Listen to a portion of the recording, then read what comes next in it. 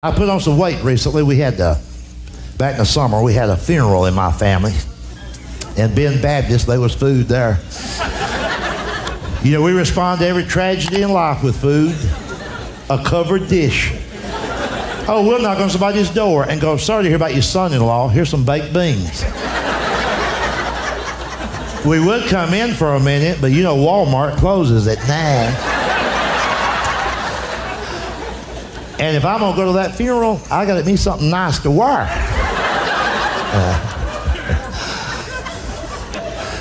This is what I've told people over the years, is they would ridicule me about my fear of flying. And you've heard this logic too. They'll always go, more people die in car wrecks than they do plane crashes. I go, so? That's the way I want to go. Car wreck. Where I'm from, it's kind of like a tradition. We don't have heart attacks in my family. We just cross the median. Usually on the weekend.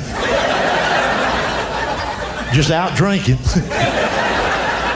Sometimes it's because we wave back at somebody up on the porch. Like,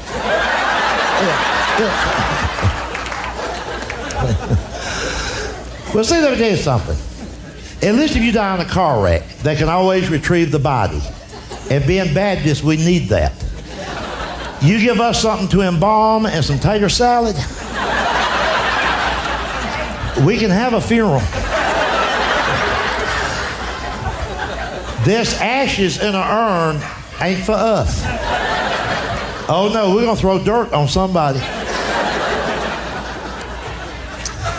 Let me tell y'all something. If you hear a Baptist talk about cremating, that's not a full-blood Baptist. He probably married outside his faith. If a Baptist talks about burning something, it's going to be biscuits or leaves. It's not going to be Uncle Larry. Could you imagine us even talking like this? Somebody going, well, I hear your grandfather passed away. What kind of service y'all going to have? Well, here's what we thought we'd do. Since we cook out a lot anyhow.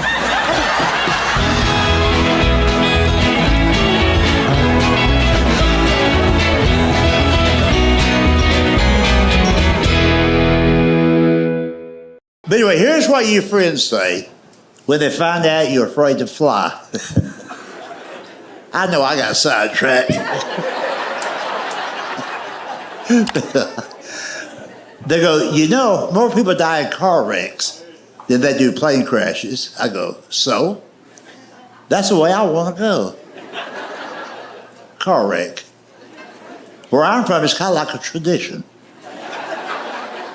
We don't have heart attacks in my family. We just cross the median.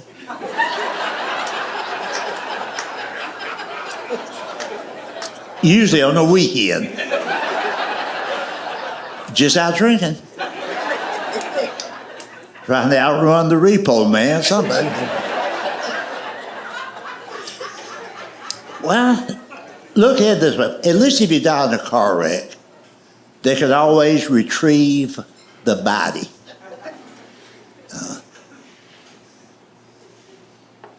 And being Baptist, we need that. If you give us some embalming fluid and some tater salad, we could have a funeral.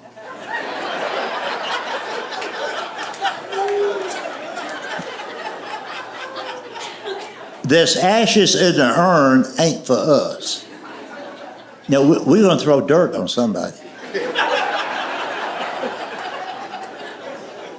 If you hear a Baptist talk about cremating, that is not a full-blood Baptist.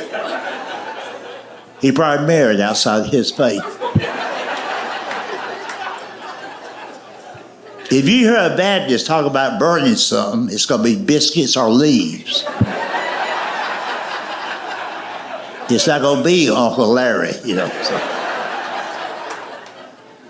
Now, you all know this. We do. We respond to every tragedy in life with food, a covered dish. We'll knock on somebody's front door and go, sorry to hear about your son-in-law. Here's some baked beans.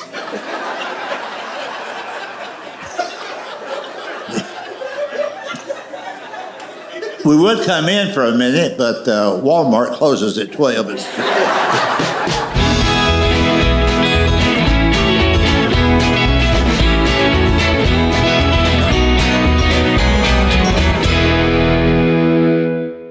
The main thing is, folks, everybody, the whole country needs to lighten up a little bit. Let's not ever lose our sense of humor. People should laugh every day. It's good for you. And remember, all this news stuff you see, most of that's not news. Remember, Walter Cronkite's day, and that's been a few years ago, you'd never hear him lead a broadcast talking about John Wayne Boppitt. That would have never made his whole... By the way, that stupid son of a... He's doing the talk shows again. He wants to remarry Lorena. You be keeping up with that? There's a man glutton for punishment. Of course, that whole thing was amazing.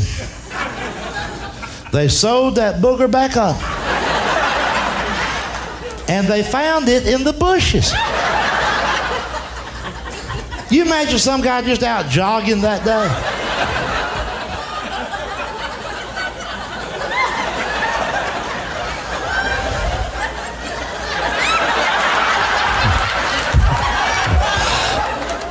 I believe I'd have kept it. I'd have made me a keychain out of that.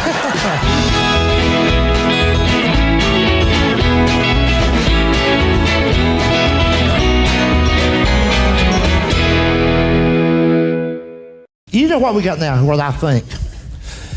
It's what I call the pass the law generation. The pass the law generation. It's a whining. There's no, I ain't talking about the male species, they'll always be around. But men, as my father was, and as your father was, you know, we got the young generation of men coming along. This Phil Donahue Oprah syndrome got to them.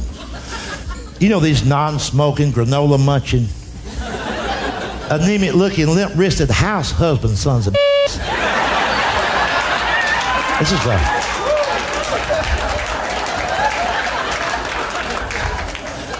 Driving a Hyundai and like it. Love to go to the mall and pick out drape patterns.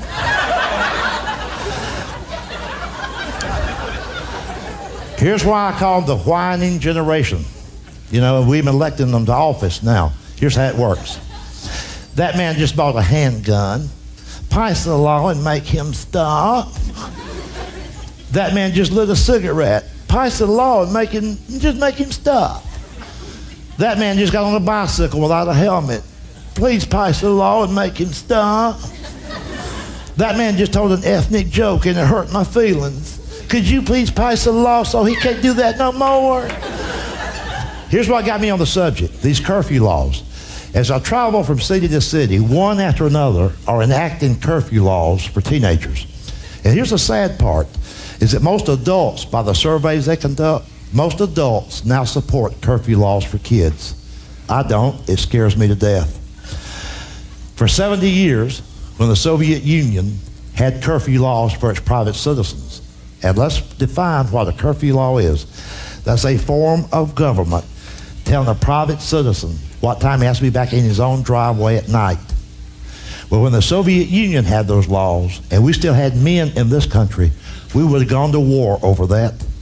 And now we got this young, wimpy, weak generation. They can't take care of their own damn 13-year-old kid. They want the mayor to do it.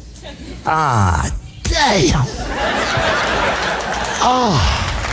It just, you think, listen, you think my daddy needed a law to get my butt home by 12? No.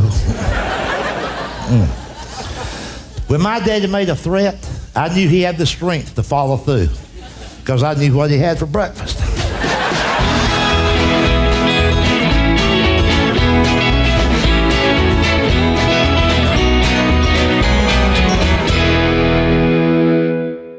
Your humor plays right into that, talking about one of the great American pastimes, and that is family and friends just hanging out. Oh, yeah. And Yeah, we don't have enough of that anymore, I don't think. Socialize. Yeah. Fellowship. Yeah. Eating.